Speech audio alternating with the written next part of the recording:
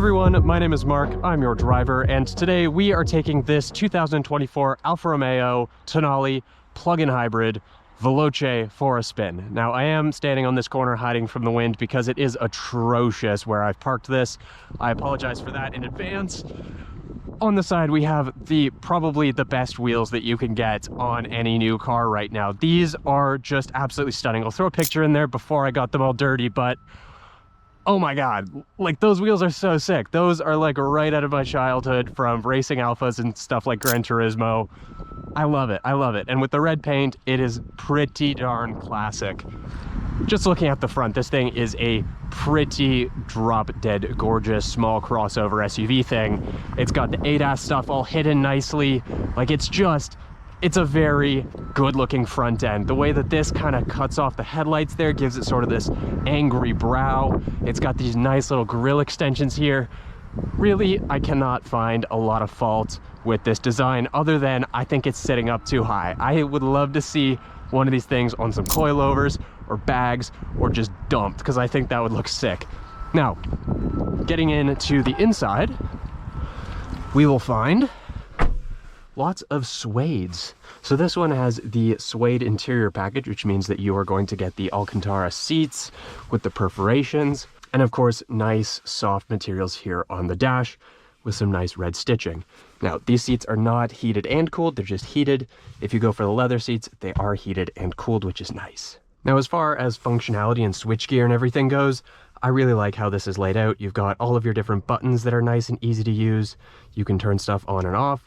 You've got your temperature right here. You've got pretty much everything you need as far as climate goes. Now, as far as things like volume and media controls, you've got a really tactile, knurled volume knob there that just feels really nice. Sometimes companies don't quite get the indentations right, but this one I think is just perfect. You've got a quick button for your parking sensors to turn them off if they're annoying you. You've got your e-save mode, which isn't going to do much right now because we are at a full battery. You've got your air vents, which are nice. When this is pointed to the side, they are closed. When it's facing up, they are open, and these feel nice and well damped. Right here, these feel nice and well damped. You've got some nice knurled finishes here on some of the switchgear, and this is nice and clicky too. On the upper dash, I don't love this. This is sort of a low grain leather style material. It is soft, but just the way it looks makes you think that it's really hard plastic, but it's not. It does have some give to it. It's not going to crack. It's not like brittle, cheap plastic. On the door cards, you've got some of that sort of, I want to call it like wetsuit material. I don't know what it is, but it's really soft, and I quite like it. It's soft, it's plush, it's here on the armrest, which is super comfortable. I don't know if you can see that, but there is a ton of cushioning here, even down a little bit lower. The center armrest is the same way, and it's got lots of padding. In here you'll find some space, not a ton, but then again, you do have some nice big cup holders that will fit all of your drinks, all of your things. You've got a wireless charger here for your mobile phone. This is a 12 Pro Max, which means it's gigantic and it still fits, although it's a little bit difficult to get it in and out of there, but it does fit. So if you don't have a massive phone, that's going to be perfect. You also have a Type A and a Type C, and your 12-volt cigarette lighter socket there. Glove box, big enough size for all your different things. And overall, this is a pretty decent place to be. You've got lots of different buttons and controls on the steering wheel. You can easily go through all of your different widgets and things. You can switch the display with this little button right here on the end so that you can go through some different looks. So this one is the minimal and clean look. And if you put a widget up there, it will take up the entire display, like with navigation. So we'll try to find that here. And there you go. You've got full screen navigation right there. That's really nice. But this one right here is my favorite because it has an actual tachometer, speedometer, and all of the racy things that you need for your Alfa Romeo. And of course, how could I forget the giant aluminum elephant in the room, which are these massive and gorgeous paddle shifters.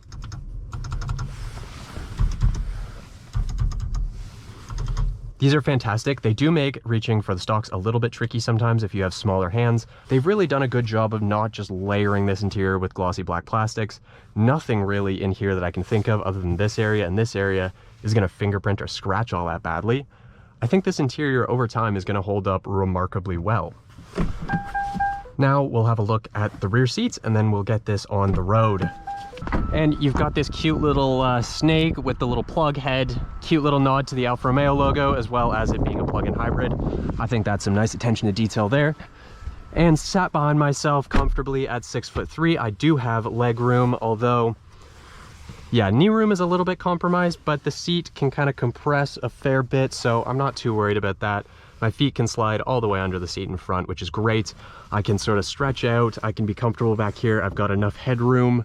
It kind of scoops out, which is nice.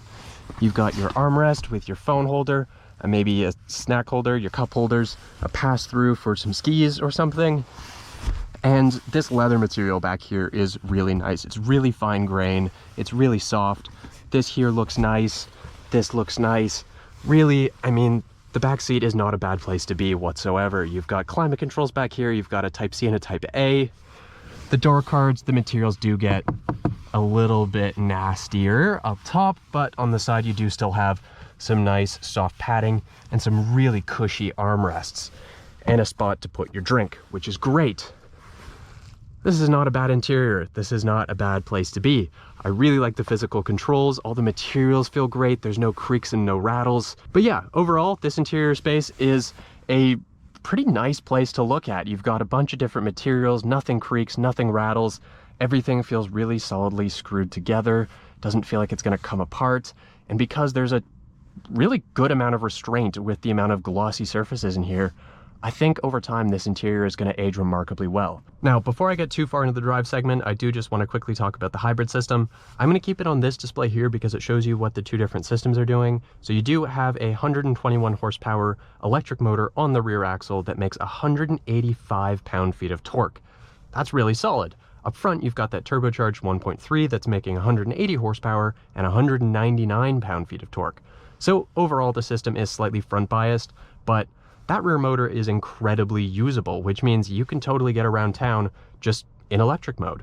Now, the other thing is it's an Alfa Romeo. Can you rev it? So I'm in advanced efficiency, which is sort of the electric mode. I'm putting my foot down, nothing's happening. But if I go through the kickdown switch, which is sort of like pushing the pedal through the floor, I can get it to do kind of a weird rev thing. So that is cool. And you can see the amount of power that the engine is producing. So let's head out purely electrically. Now, this might seem like a little bit of an odd vehicle. It's an Alfa Romeo, so it's Italian and it's a little bit weird, you might think, but I mean, the interior is really logically laid out. Everything is where I need it to be. I mean, everything feels really nice. Like the indicators feel really heavily weighted and expensive. And it's got a 6-speed Aisin Automatic, which means you're not dealing with a CVT or an eCVT. It's a slightly more conventional driving experience. So, I mean, I'm just in electric mode. I'm kind of puttering around. I'm using 14 kilowatts of power. This is really pleasant. The only thing I can hear is sort of a high-pitched electric motor, sort of high-voltage noise that comes from the back of the car, which I think is cool. I think that, you know, gives me something to engage with. And, I mean, I'm just cruising, using 16 kilowatts of power. If I get into it, 89, 90 kilowatts of power. It's not bad. It's not bad. It's definitely got the torque, but then it does kind of run out of shove up top. So if I just slow down here a little bit to, let's say, 60, which is around 30, 40 miles an hour,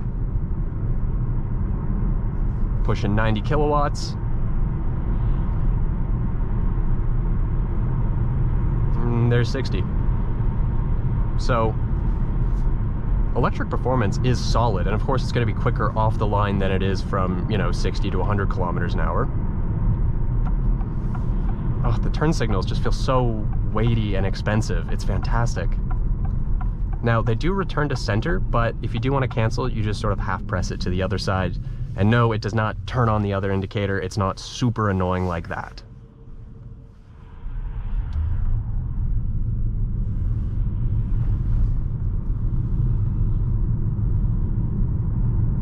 So you can see that when we're just keeping up with traffic and getting off the line, we're really only using about 40% of that rear motor's capability. So it's got plenty of shove, and the fact that it has no transmission back there other than the reduction gears means that you can just step on it at any time and it just produces forward motion immediately, like an electric car.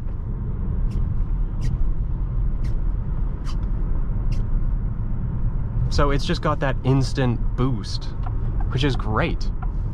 Now, if we move it into normal mode, you're going to switch to a tachometer and it's going to show you what that internal combustion engine is actually doing. And it is going to stay an electric vehicle most of the time, unless the gas engine needs to warm up or, you know, do anything like that to kind of keep itself well maintained. Now, if we give ourselves a little bit of room and just kind of step on it a little bit, sort of like half throttle,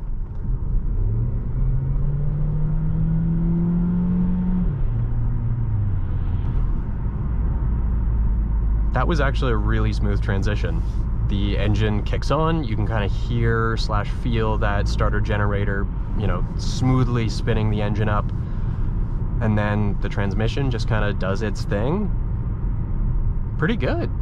Not jerky at all. So I'm, you know, just doing 50 and I need to maybe overtake. You've got that initial surge of power from that electric motor. So you're never just waiting for power. That electric motor has got your back. And then you just get this extra sort of wave of torque from that really torquey 1.3 liter up front. Now, we'll go through this conservatively on the way down because it is a little bit slippery, and then we'll sort of attack things and use these big old paddle shifters on the way back up. Now, if I go into manual mode, it's going to fire the engine on and downshift. Downshift. They're pretty prompt. And then if we go back into drive, it'll shut the engine back off. Now, when you do go into dynamic mode, it is going to force that engine to stay on. It is going to give you maximum attack. It is going to give you all of the 285 horsepower and 347 pound-feet of torque. It's a lot.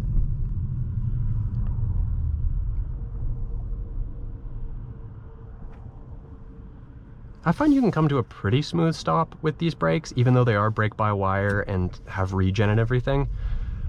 I'm struggling a little bit with the limo stops, you know, the easing off the brake as you come to a full stop. I am struggling with that slightly, but even without, you know, really buttering those limo stops, the brakes are not difficult to use.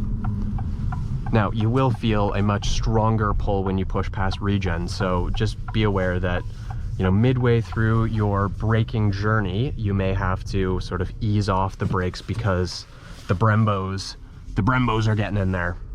The steering is nice and light and it picks up firmness well as you go through the drive modes and drive it more aggressively. And you can actually feel some of the road texture, which is really great. You can feel what's going on with the front wheels, which is super cool. Oh, just like those Maybach wheels. All right, let's go into D. Whew. That rips. We'll go up one more. Ooh. I'm going to manual mode, first gear.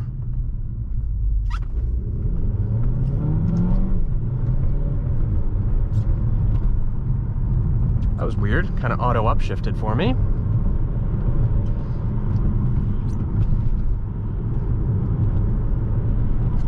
Oh, it's got so much torque. And you can feel what's going on with the front wheels. The steering is really good. Give myself a little bit of space once again. Second gear, roll on.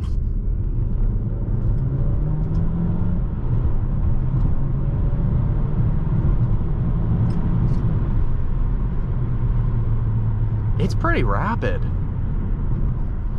And because that electric motor is doing so much of the work, you really don't hear that 4-cylinder almost ever. Like, you really only hear it when it's at like 5,500 RPMs. The rest of the time, it just is silent. It's really great.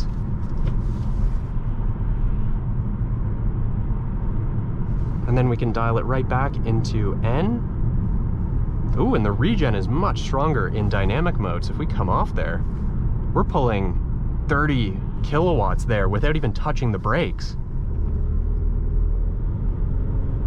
The engine picks back up. But yeah, wow, that regen is so strong. That's really great. And then we'll just move it back into advanced efficiency. And I think we're gonna do that one more time because I'm really enjoying the steering, the paddles. Even though it might not be the most, you know, direct and, call it, I don't know, sportiest thing in the world, it still does a really good job. So right there, I will say I was waiting for power just a little bit. We are in advanced efficiency, but I think it's doing some stuff with the gas motor. Just to kind of keep it on and doing its thing. And these paddle shifters are actually, whoa, man, that regen is so strong. I love it. You can see that we're pulling like 30 kilowatts back without even touching the brakes, which is sort of like the normal regen threshold before it activates the Brembos, which is really cool. But the shifts, even though it's not the 8-speed ZF, it is a 6-speed Aisin box, they're still prompt enough.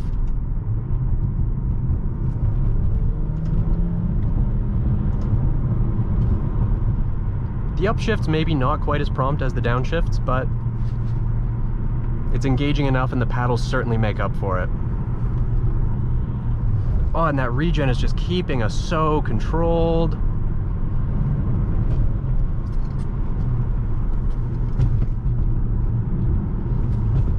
We got stuff sliding around in the back. This thing, it actually does rip.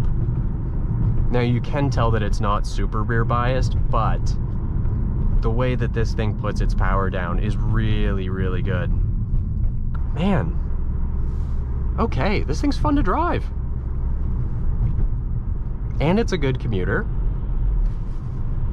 And it's the same price as a Rav4 Prime. Oh, they don't make the Prime anymore. It's the Rav4 PHEV now. That's much more appealing of a name. But yeah, the Rav4, I was just pricing one out the other day, and they are the PHEV with the technology package. A Rav4 is $65,000 Canadian. That's some serious money to be paying for a Rav4. Now, this one with a similar spec, I spec'd it to 65. So this car costs the same as a Rav4, which is a PHEV. And I gotta tell you, I think I'd have this. At least for like a lease or something, I think the Rav4 would be the smarter option to own outright, just because of their resale, and Alphas don't historically do the best when it comes to depreciation. But Toyota has a massive wait list, and I can tell you almost for certain that Alfa would happily have you right now. When you look at this as a $65,000 car in a vacuum, you might go, okay, well, it's not, you know, that special. But then you look and the Rav4 is also $65,000, and this is way more special than a Rav4. This has some charisma to it. It's got gorgeous wheels, it looks fantastic, and it's got a real transmission that's made by Aisin, which is the same company that manufactures transmissions for Toyota, as far as I'm aware at least. So, you know, at least the gearbox should be reliable. I mean, from where I'm sitting, it drives remarkably well. The dual stage dampers are doing their job. You can definitely feel them stiffen up and just keep that body more controlled in dynamic mode. And when you're just cruising, the NVH is really low. This is really nice. There's no rattly ass 4-cylinder that's vibrating you at a stoplight. There's like, it's not groaning all the time when you accelerate. It's really pleasant. Like, I really can't overstate how not noticeable this 4-cylinder is.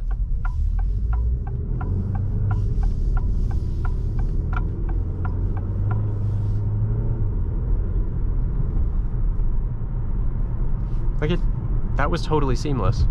Totally smooth. The steering is something that I have to give them major credit for. The steering, they have not messed it up. It's not rubbery, it's not weird, even though it's obviously an electric power steering rack because the engine turns off, so how would you move the wheel? It's really good. It's direct, it turns in really sharply. There's some pretty decent communication, better than I felt in most vehicles of this era. Like, I don't know, I like it. It's got the charm, okay? It's got the charm. It might not have the resale value or the reliability of the Toyota RAV4, but it's got a personality. It's got that charisma that people really love with their Alphas. You know, you watch reviews and reviewers tend to be kind of down on Alphas for, you know, all the reasons I mentioned. But then you go to the comments section and it is just flooded with people telling you just how much they love their Alphas and how many hundreds of thousands of miles they've had them for, and how if you just keep up with maintenance and treat them well, they will treat you well in kind. And that's what I love to hear. I love to hear when, you know, kind of a dogged-on manufacturer just has these super loyal owners that'll defend in the comments section, that aren't insufferable, I should add. These are people that genuinely seem to have a passionate connection with their car, more than just, oh, mine's faster than yours, or mine's better looking or more expensive than yours. Like, they seem to actually have, you know, connections with their Alphas, and I think that's kind of what the brand is all about. So yeah, this could just be a boring commodity plug-in hybrid, but no, they've given you big old paddle shifters, they've given you a bunch of power and torque, and they've given you, you know, logically laid out interiors with real buttons that real enthusiasts complain about constantly. So they've got all of the fundamentals here. It just happens to be a front bias, you know, CUV. Like, there's just power everywhere, which is so cool.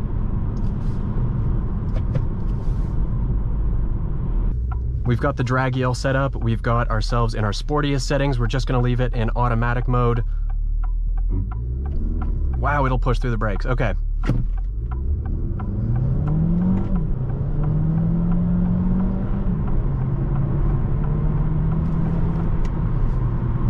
And that was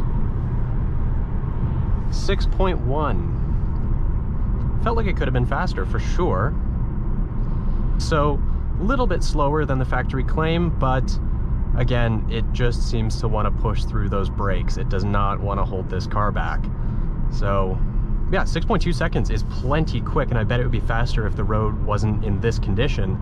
But we are going to run it back one more time and see what the 0 to 60 looks like in just electric mode. All right, we are in advanced efficiency mode, which means we are fully electric right now, and we are going to see what the 0 to 60 is.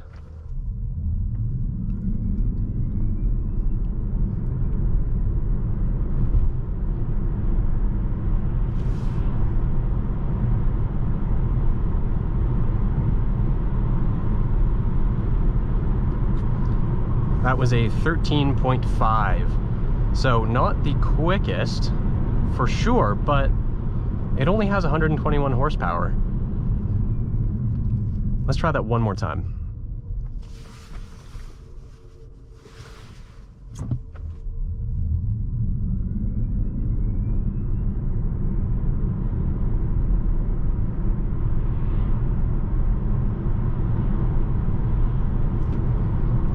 I'm gonna back out of it because we got to turn.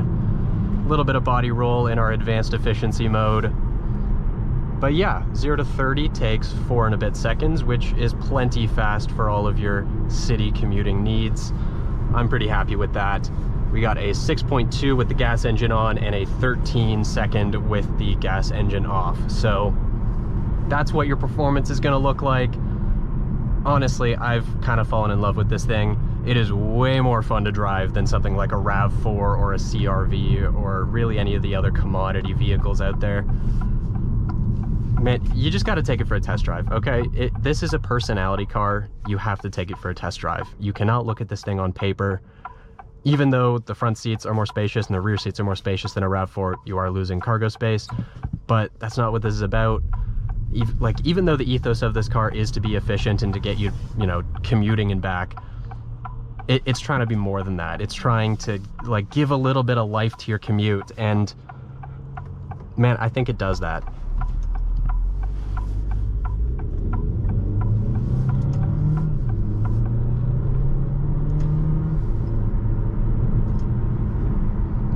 And just in between gear changes, when the transmission's cutting power to change gears, the electric motor's still pushing. So it's just seamless. It's nice. It gives me the flexibility of having, you know, an electric car that can do 50 kilometers, which is more than most people drive in a day, but also a gas engine that can do 530 kilometers on a tank of gas. And put those together, you got a pretty efficient car. And even an e-save, like I said, the transmission is totally negligible because the electric motor is always providing power.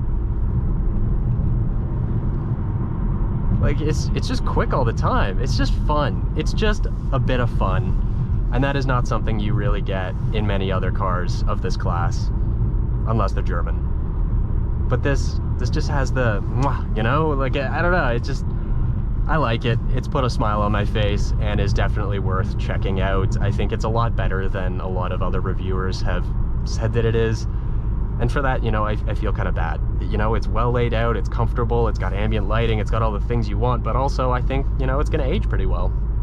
So yeah, I will see you guys in the next one. Hope you enjoyed. Later.